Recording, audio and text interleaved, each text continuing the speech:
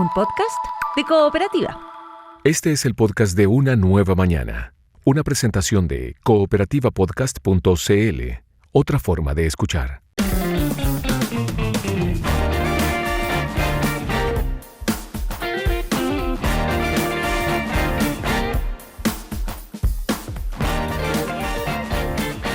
Como decíamos recién, Sebastián, recordábamos recién este millonario fallo en Estados Unidos contra Meta y YouTube, ¿no es cierto?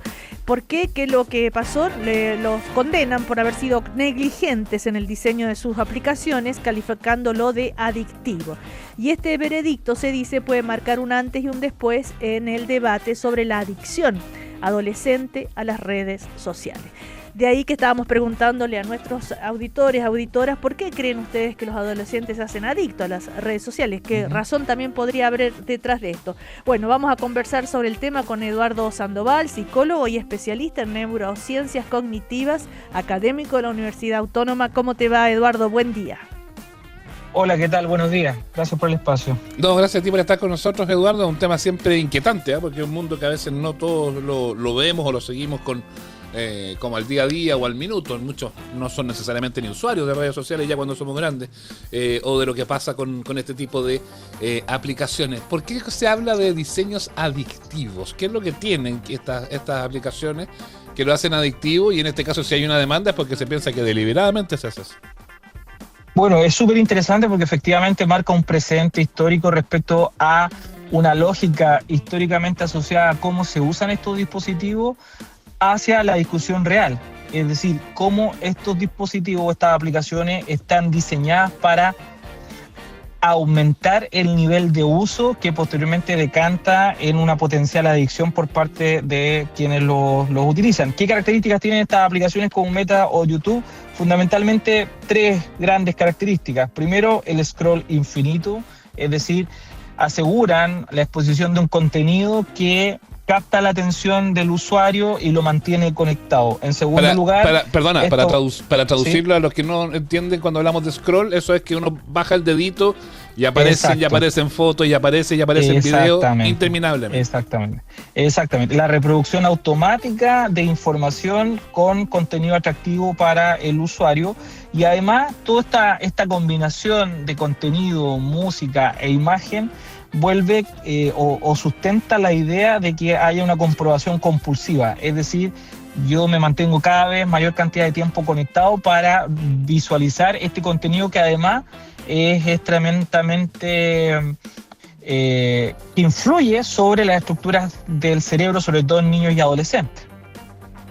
A ver, justamente, solo aclarar que Meta, para quien no sepa, es la dueña de Instagram, de Facebook, ¿no? Exacto. Claro. Ahora, ¿qué pasa en la mente de los adolescentes? ¿Por qué los adolescentes serían más proclives a hacerse adictos?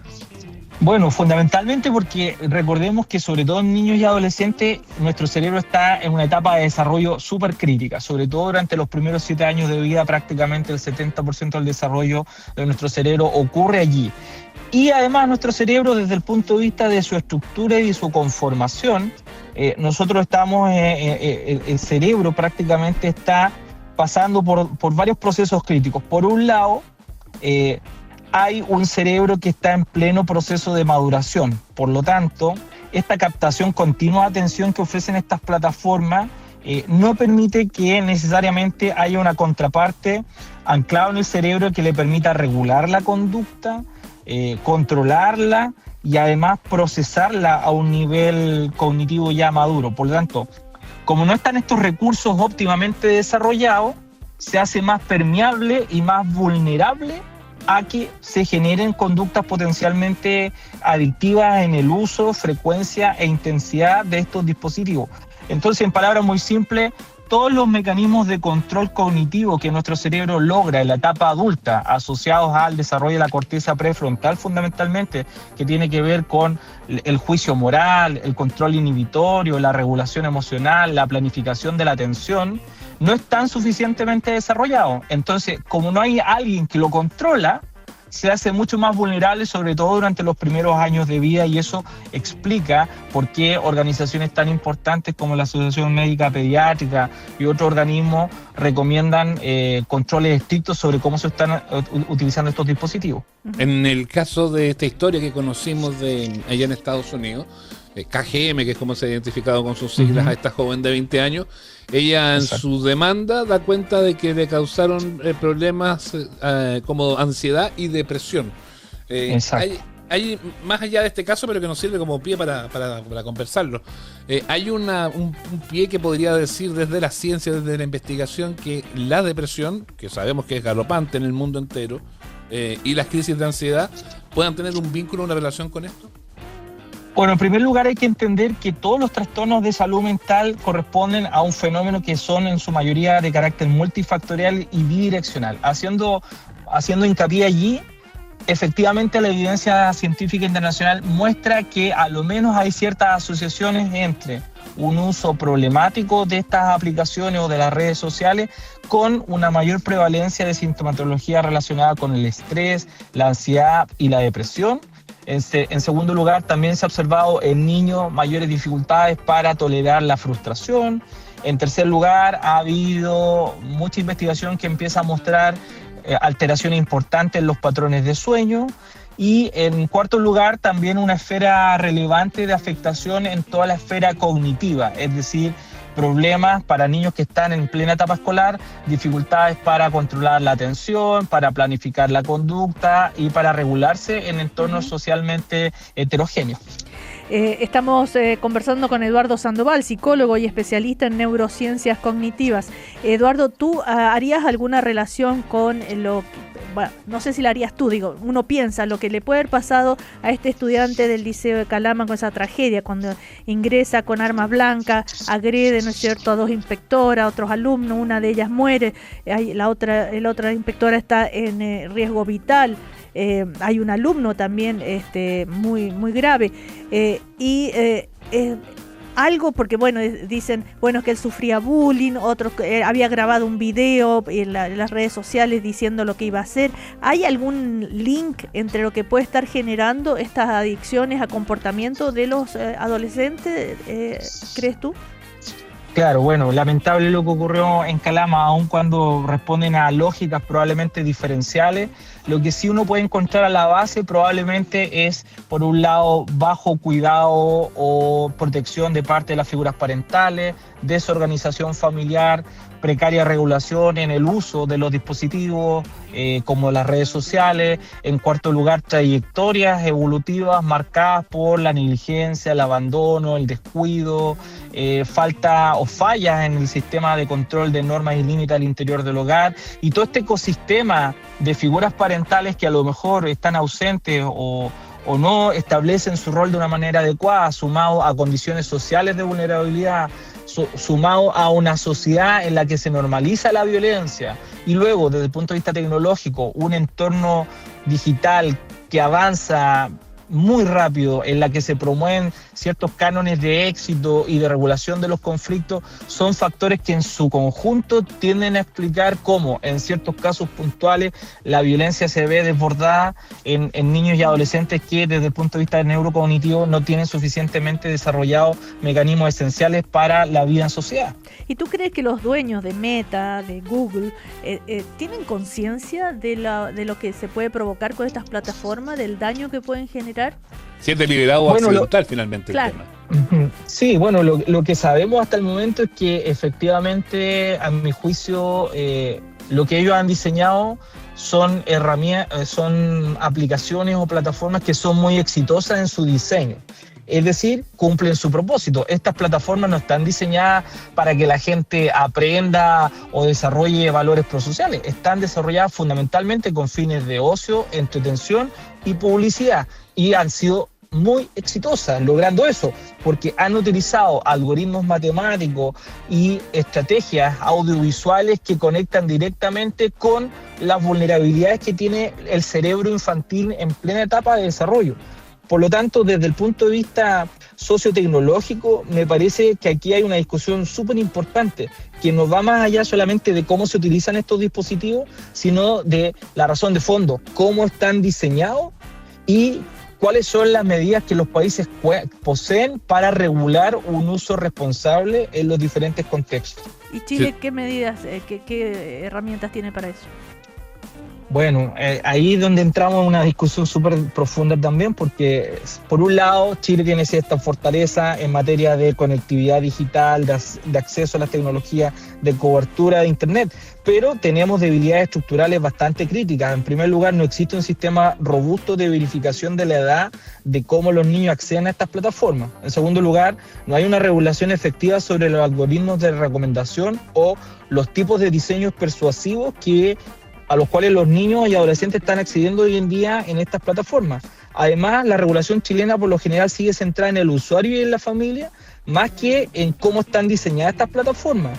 Y en cuarto lugar, hay una débil articulación entre el sistema educativo, la salud y la regulación digital, porque en la mayoría de los casos esto está anclado a que el usuario se regule, que el usuario o la familia ponga mecanismos de control para evitar un uso problemático, pero no hay un sistema robusto como sí lo hay en otros países del mundo, donde se pone el hincapié en cómo están diseñadas estas plataformas y qué medidas deben cumplir estas grandes industrias para que los usuarios puedan acceder a estas plataformas. Ahora que es curioso eso, porque los resultados han sido disímiles, es cierto que algunos países tienen más éxito que otros, pero tomar la decisión de qué hacer o cómo ejecutar es complejo, porque muchos dicen prohibir no es el camino, sino que hay que incluirlo en la vida, en los currículums educacionales, en fin, etcétera, etcétera. Y otros dicen, no, eso de incluir no sirve de nada, porque finalmente es como una excusa para que igual se metan en estas cosas, por lo tanto hay que prohibir a rajatabla. Nada está demostrado que funcione tan exitosamente y por lo tanto todo está ahí como por verse. ¿Cómo lo ves tú ese asunto? Claro, efectivamente, desde el punto de vista de la idiosincrasia chilena sabemos que las prohibiciones nunca han sido tan efectivas, pero sí podemos mirar la somos buenos para prohibir. Que exactamente hicimos un cambio cultural, pues entonces generalmente esas leyes tienen poca eficacia. Pero si quisiéramos poner cosas concretas sobre la mesa, lo que ha mostrado la evidencia internacional, por ejemplo, en países como Australia, exigen que estas plataformas cuenten con mecanismos de verificación efectiva de la edad y se les permite el acceso a estas plataformas solo a mayores de 16 años, por ejemplo. En segundo lugar, en varios países de Europa se ha restringido el acceso a estas plataformas. En menores de 14 y 15 años, de hecho, no se permite su uso y los algoritmos están de alguna manera diseñados para que los usuarios menores de este rango etario no accedan a estas plataformas. Por otra parte, en Reino Unido y en varios países también de la Unión Europea se han establecido mecanismos mediante sistemas de encriptación, de diseño digital seguro para controlar estos scroll infinitos y para controlar a lo menos la exposición audiovisual a la que están sujetos los usuarios. Luego hay otras cuestiones más conductuales, como por ejemplo en Estados Unidos, sistemas de restricción de notificación y estímulo, responsabilidad en las plataformas que han implementado, por ejemplo, países como Australia. Y yo creo que la discusión más de fondo también tiene que ver con la regulación de los algoritmos, la parte que uno no ve de estas plataformas y que responde netamente a los sistemas de encriptación y de algoritmos matemáticos con las cuales están sustentadas estas aplicaciones, y que eso tiene que ir acompañado además de sistemas de auditoría y de supervisión estatal. Por lo tanto, ahí hay un gran desafío también. Sí, Eduardo, ¿tú crees que los dueños, los creadores de esta plataforma puedan hacer conciencia y dar un giro, cambiar o hacer algo que solucione en parte el problema? Bueno, yo creo que sinceramente, y hablando por mí, los dueños de estas grandes corporaciones no son filántropos.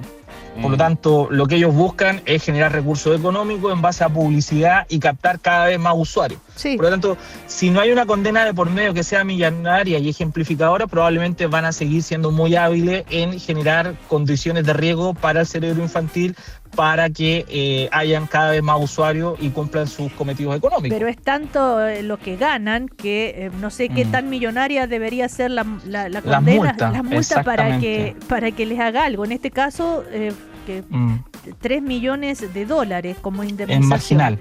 Claro, y una parte es para Meta y otro 70% Meta y YouTube, Google el 30%. 30%. O sea, ni siquiera exactamente. Entonces, exactamente, las multas son marginales al final. Claro. O sea, yo sé que si todos pedimos una multa y se las van a conceder, obviamente van a quebrar, pero no todo el mundo lo va a hacer, en fin, tiene ciertas complejidades también eso. Y además que hay que demostrar que el daño que experimentó el usuario es efectivo y que tuvo algún tipo de consecuencia psicológica, conductual, social o emocional. O sea, son procesos largos también. Claro, sí. Porque las empresas se amparan en estoy leyendo, en la sección 230 de la Ley de Decencia en las Comunicaciones, que establece que las plataformas no son responsables de lo que los usuarios publican en ellas, por ejemplo, ¿no? Exactamente. Entonces, es bien complejo este asunto para resolver. Por el momento... Claro, por eso la demanda no va contra la aplicación, sino que contra la ingeniería de la aplicación. Es ahí donde encontraron en el fondo como la trampeta para saltarse ese artículo en Estados Unidos, que convengamos que las leyes obviamente en cada país son distintas. Exacto, totalmente de acuerdo. Por lo tanto, la discusión que podemos hacer en Chile es que no solamente tenemos que regular o asignar la responsabilidad al usuario, sino que como sociedad, como familias, como escuela, como sistema sanitario, cómo podemos compartir responsabilidades de manera que, más allá de la prohibición, eduquemos a nuestros hijos y adolescentes en el uso responsable de estas plataformas, con límites claros, con un sistema de monitoreo responsable y con mecanismos informáticos que aseguren un uso seguro en el tiempo, porque estas tecnologías vinieron para quedarse. Hoy en día la sociedad digital está instalada. Por lo tanto, el desafío es cómo los ayudamos a nuestros niños y adolescentes a que hagan un uso responsable y mediado por los padres para disminuir los riesgos sobre la salud física o mental de las personas. Entonces, reiterar que en la adolescencia, por razones, ¿no es cierto?, de desarrollo del cerebro, se es más proclive a hacerse adicto a este tipo de plataforma. Eso es lo que decías al comienzo, ¿no es cierto? Exactamente. Y por lo tanto, sabiendo esos riesgos, hay que considerar que, por ejemplo, en menores de 2 años no se recomienda por ningún motivo exponer a un usuario a estos dispositivos. Entre los 2 y los 5 años, 1 hora máximo al día. Entre los 6 y los 9 años, 1 hora y media al día, siempre con mediación parental. Y solo a partir de los 15 años en adelante, uno podría recomendar que el usuario esté entre 1 a 3 horas al día expuesto a estas plataformas. Fuera de esos rangos, ya podríamos hablar desde el punto de vista sociosanitario de un uso potencialmente problemático, ¿ya? Claro, sí, eso es complejo. Y ahí entran otros tipos de variables como las apuestas en línea, que, bueno, será asunto que tendríamos que conversar. Lo que pasó con Roblox también. Claro, sí, claro. Exacto. Sí. Bueno, te damos las gracias, Eduardo Sandoval, psicólogo, especialista en neurociencias cognitivas, académico de la Universidad Autónoma. Que estés muy bien. Chao. Muchas gracias, que tengan un buen día. Hasta luego. Chao, buen día. Este es el podcast de Una Nueva Mañana, una presentación de cooperativapodcast.cl, otra forma de escuchar. Sonó la campana, Cecilia. A clase. Talán. ¿Profesor está ahí? ¿Qué es eso? No, si está media, hace rato que viene media. Sí.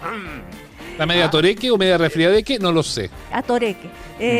¿Cómo estás, Héctor Vélez Mesa, profesor querido? ¿Qué es de su vida? Estoy todavía. Y eso ya es una gran cosa. Pasé por la carretera anoche por Ocoa y me acordé de ti. Ah, me mandas, lo noté. Algo bueno me pasó anoche. ¿Viste? Alguien pasó por aquí. ¿Viste? Mandé buenas vibras y dije, qué bueno que mañana nos encontramos, Héctor. Y ahora estoy aquí cerquita tuyo, decía. Sí, estoy a más o menos 20 kilómetros de la carretera. Al lado, Claro, al lado. ¿Puedo decir algo de lo que estaban hablando ustedes? Por supuesto. Es que yo tengo una opinión distinta respecto del uso de los teléfonos, de las plataformas. No, todo esto a propósito de las plataformas y todo le echan la culpa a la modernidad. Y la modernidad ha existido siempre. Lo que pasa es que ahora es más moderna que antes, por decir una tontera. Claro. ¿En qué sentido? En que siempre ha existido esta fascinación por la tecnología o por otras cosas, cuando no era así. Pero lo mío es distinto. Yo creo que la culpa la tienen otras personas, los que te controlan, los que están a tu lado. Eso decía. Es decir, si tú no pones, impones las reglas del caso, porque antes habían otras entretenciones. Claro que no son como las de ahora que están en la casa, al lado de uno, en tu computadora, en tu teléfono. Pero había otras. Claro. Y esas las controlaban. ¿Cuántas veces puede ir al cine? Incluso piensa tú que en algún minuto algún profesor a mí me llamó la atención porque leía mucho. Hoy día uno ruega para que lean, pero en algún minuto, ¿cómo leería uno que hasta le llamaron la oiga, no lea tanto? Claro. Va a terminar como el Quijote, loco. Entonces yo siempre he creído que están los padres. Sí, ese límite es bien importante y es cierto que hoy día hay muchos padres que confían casi el cuidado de sus hijos a los teléfonos. Entonces está algo bien que conversábamos más sí, está bien. No, tú tienes que confiar en tus hijos. Sí, claro. Pero uno nunca deja de ser adolescente. Claro. Y yo también fui adolescente. Entonces, si uno puede escaparse un poquito, de ahí está la mano que aprieta. Exacto. Y ahí aprietan un poquitito. Bueno, vamos con la otra mano que aprieta, que es el profesor. Es una buena visión esa también, Héctor, por supuesto, la de los adultos que están al lado. Claro, vamos con las palabras, ¿te parece? @belismesa, ahí le pueden escribir a Héctor, le pueden mandar su mensaje en directo a sus redes sociales y él después nos trae su propio diccionario a una nueva mañana en Cooperativa. Ya, la primera la mandó de hecho Leonardo Araneda, que cuando se supo en Talagante que iba a subir la benzina, dice que quedó la estriladera. Sí. Todos estrilaban. Claro. Y estrilar se pregunta cuál es el origen de ese vocablo. Digo estriladera y pienso como que les dio frío. Nada que ver, ¿no? Claro, no, la gritadera la que quedó. Claro. Estrilar significa manifestar disconformidad o desacuerdo levantando la voz para protestar. Eso significa estrilar. Por eso es que está muy bien hecha la pregunta. Chilla. Es una manera de chillar, pero hay una razón, claro. Estrilar es rezongar, es gritar, es increpar, es vociferar los desacuerdos. Quedó la estriladera porque prohibieron el celular en la casa y ahí quedó la estriladera. Procede de una voz italiana que es chillar, precisamente, gritar, pero por alguna razón. Y por supuesto que dio pie a otras palabras como la estrilada, que es la protesta o desacuerdo de una persona o grupo ante algo que se considera como injusto o inevitable, como es el caso de la benzina, que estamos asociados a otros problemas. Y finalmente estriladera es manifestación, que es la estrila, son los sustantivos, es la manifestación reiterada de disconformidad. Esa es la palabra estrilar. Quedó clarísimo. Que se asocia un poco a los pájaros, particularmente a los queltehue. Yo tengo cerquita de mi ventana unos cuantos queltehue, pucha, que hay que leerlo. Hay que tener ojo con eso, no te acerques tanto, porque eso te pegan picotones. Porque tú te estás cuando se ponen así es porque hay un nido por ahí y están en el suelo. Claro. A mí me caen bien. A mí también. Sí. Bueno, Rina Gutiérrez escuchó en un comentario radial, quizás nosotros, que alguien dijo que desde la semana íbamos a tener que andar con pies de plomo. ¿Desde la semana, desde la semana entrante? Bueno, fue la semana pasada. Ya. Sí. Posiblemente se refería al alza de los combustibles, claro. ¿Cómo surgió la frase andar con pies de plomo? Que no es lo mismo que quedar con los pies de lana. Pero si era por los combustibles, no creo que haya sido por los combustibles, porque la gasolina es sin plomo. Oye, qué culto. Qué gracioso. Que da gusto cuando aparecen esos comentarios, así que ya no es cualquier comentario. ¿Viste? Mira, vamos. El léxico reconoce y acepta la locución adverbial andar con pies de plomo y la define como despacio, con cautela y prudencia. Claro, no hay que salir tanto en auto, hay que andar más a pie, qué sé yo. Se emplea en situaciones delicadas o conflictivas en las que hay que tomar decisiones y no hay que correr riesgo. Y esta expresión andar con pies de plomo posiblemente nació en el mundo acuático, con los buzos, quienes para caminar y desplazarse bajo la superficie del mar llevan unos zapatos muy grandes con plomos en los pies. El buzo, no el hombre rana. Así de simple. Así de simple, claro. Bueno, sigamos entonces. Vamos entonces a la siguiente. Esta me gustó, la de Roberto Poblete, que consulta por la expresión "volaron plumas", sí. que he escuchado bastante en los últimos días. ¿Cuál es el origen del volaron plumas? Volaron plumas, mira. Cuando alguien emite declaraciones con consecuencias desagradables para muchos, o alguien toma medidas drásticas y las da a conocer sin apelación, o dos personas discuten agriamente, seguramente alguno comentará por ahí: oye, volaron plumas ayer, o ayer o hace rato. Y esta expresión surgió de las peleas de gallos, porque durante la riña saltan plumas hacia todos lados. Y otros investigadores se inclinan a pensar que se debe a las peleas, pero que se suscitan en los gallineros, donde las plumas de las aves, en estos casos, llegan hasta el techo. Por ahí me Esto lo puedo decir con bastante propiedad porque, bueno, en mi casa hubo gallinero en el campo. Aquí no se pueden tener gallinas porque no son de aquí, pero en otros lados que viví sí había gallinas. Oye, quedaban unas tremendas peleas los gallineros. Pues. Y ahí volaban plumas literales. Y volaban literalmente las plumas. ¿Y para qué decir en una pelea de gallos? Es tremendo. Yo conocía... una vez en mi vida y nunca más volví. Ay, no, sí, son horribles. Horribles. Sí, ¿a quién le puede gustar eso? Pensar que espantoso. algunos consideran un deporte, mamá. Claro. Yo decía, vuelan las plumas. Volaron las plumas. O van a volar plumas, claro. Sí, pero es el concepto de las plumas que vuelan. Claro, es ese, sí, correcto. No tiene nada que ver con las vedettes, entonces. No. Nada. No. De veras. A propósito. Oye, tus comentarios han sido bien interesantes. Llegué agudo. Llegaste muy ocurrente. No, si estoy tomando nota ya. Muy bien, profesor. A propósito de los próximos días, Rolando Geria pregunta cuál es el origen de la palabra Calvario, que alude a un monte histórico cerca de Jerusalén. Pregunta de la semana, claro, porque ya viene esta Semana Santa.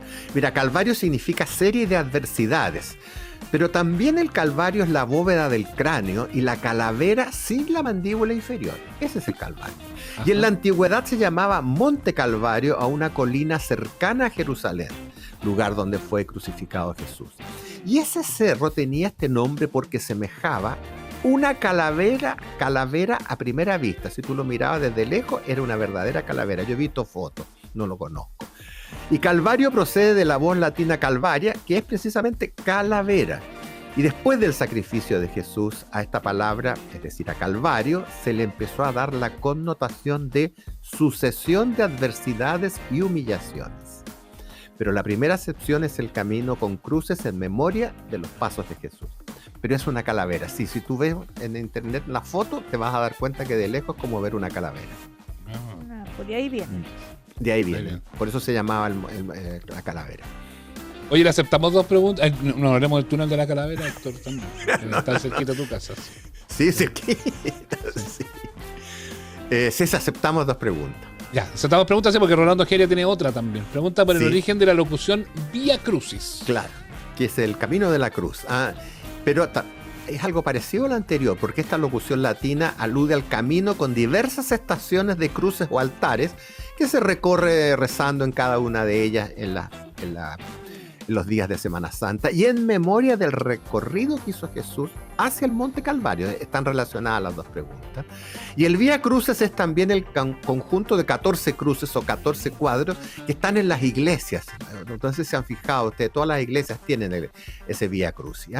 Pero por extensión hoy la expresión Vía Crucis también significa aflicción continua que sufre una persona. Y para muchos, el alza de la benzina se ha convertido en un Vía Crucis. Y en un calvario. Claro, y por eso estrilamos. Y hay que andar con pie de plomo. Todo conecta. Todo conecta. Sigamos. Claro. A ver si conecta. A ver si seguimos conectados. Ya. Miguel Ángel Morales. Esa, la de Miguel Ángel. Pregunta por el significado actual de la palabra fariseo y cuál es su origen histórico. Me tinca que va a conectar, fíjate. Sí. A ver si conecta con qué tema. Mira, en el Nuevo Testamento se alude a los fariseos de modo peyorativo. Se les califica de hipócritas. Y en la antigüedad los fariseos eran una organización religiosa de laicos y accesible a todos. ordenaban la práctica de la pureza, la entrega de un 10% de las ganancias al templo, el ayuno 2 veces por semana, y Jesús nunca condenó la doctrina de los fariseos, sino su comportamiento. Dicen y no hacen, repetían sus prédicas. De ahí que fariseo y fariseísmo con los siglos se haya asimilado a la hipocresía y la arrogancia. Es bien interesante verlo, porque uno piensa que él lo que se refiere es a ellos, pero es a lo que dicen pero no practican. Ese es el fariseo. Clarito. Anotado el fariseo. ¿Más preguntas? Sí. A ver. Acá la tengo, la de Hernán Vergara. Él consulta qué es exactamente o qué significa la expresión ministerio público. Sí. Y si tiene ministro a cargo, porque nunca he escuchado su nombre. Eso es lo más interesante que tiene la pregunta. Y ahora, claro, nos va a decir de qué se trata, para no hacer spoiler y adelantar, pero sí es importante por qué se le llama ministerio público a esa institución. Claro. Y curiosamente tiene un ministro, pero no es ministro. Mira, se da el nombre de ministerio público a un organismo del Estado que asume la representación de los intereses de la sociedad. De uno. Por ejemplo, en un accidente, el ministerio público está obligado a investigar. Ya. En nuestro país lo encabeza el fiscal nacional. Claro. Ese en definitiva sería como el ministro. Pero claro, y tiene la facultad de responsabilizarse de la dirección de la investigación de aquellos hechos que revisten caracteres de delito. Si hay delito, si hay falta, él está obligado a actuar. Ahora absolutamente obligado. Es llamativo que a la fiscalía, porque finalmente de eso hablamos, la fiscalía, los fiscales, estamos hablando de la el fiscal fiscalía, nacional y todo eso. El gran nombre que tiene es Ministerio Público, pero de ahí para abajo solo se habla de fiscal, fiscalía. Así es. Correcto. Llamativo. Esa era la pregunta. Esa era exactamente la pregunta que hacía este señor.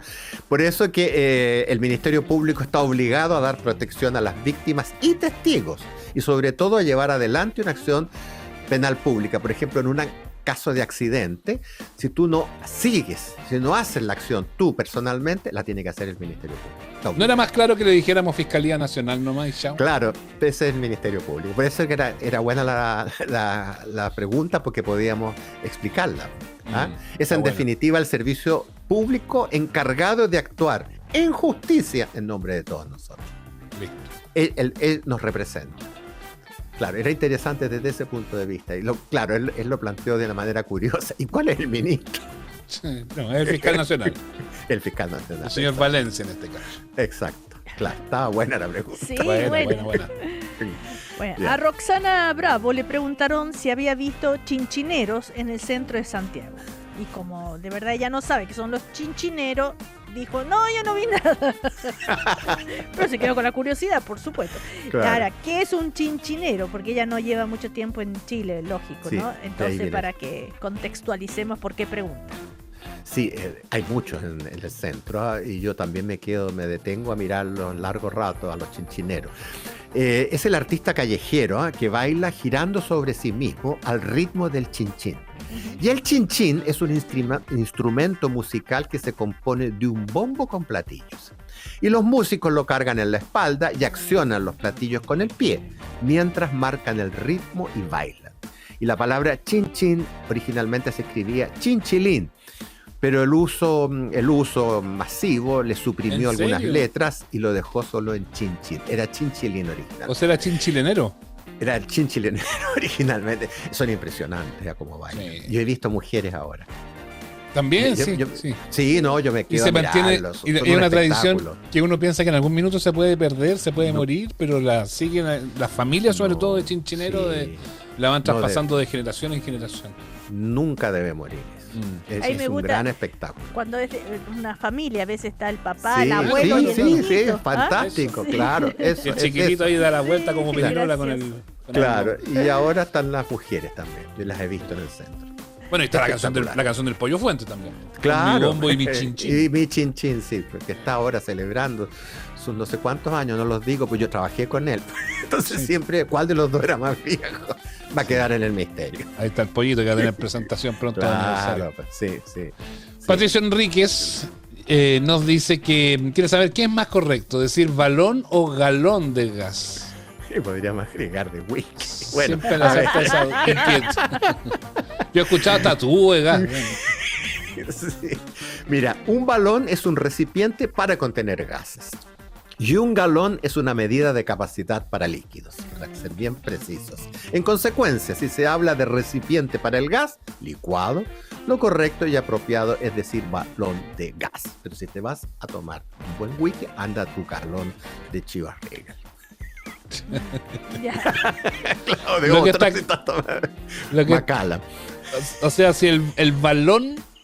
El balón es para el gas. Sí, y el galón, es para el líquido o solamente para el trago. No, para el líquido. Para el líquido, sí. Pero es que lo usual es que te venden galones de whisky, que son muy bonitas las botellas y muy agradables. Sí. Ya. Gualones por ningún gualones para nada, ¿no? No, gualones no, y bailones tampoco. Gualones para nada. Ya. Bueno, Héctor, muchísimas gracias por la clase de hoy. Muy y no nos pasó nada hoy día. No. Pero mira que estoy con las cruces y con todos los dedos cruzados, las piernas cruzadas. Pero no volaron plumas No volaron plumas hoy día. Ya. Listo. Ya, gracias, un abrazo. Que te vaya bien. Ya, chao. Adiós, Héctor. Aquí termina el podcast de Una Nueva Mañana. Lo escuchas en vivo de lunes a viernes desde las 10:30 de la mañana y todos los días en cooperativapodcast.cl.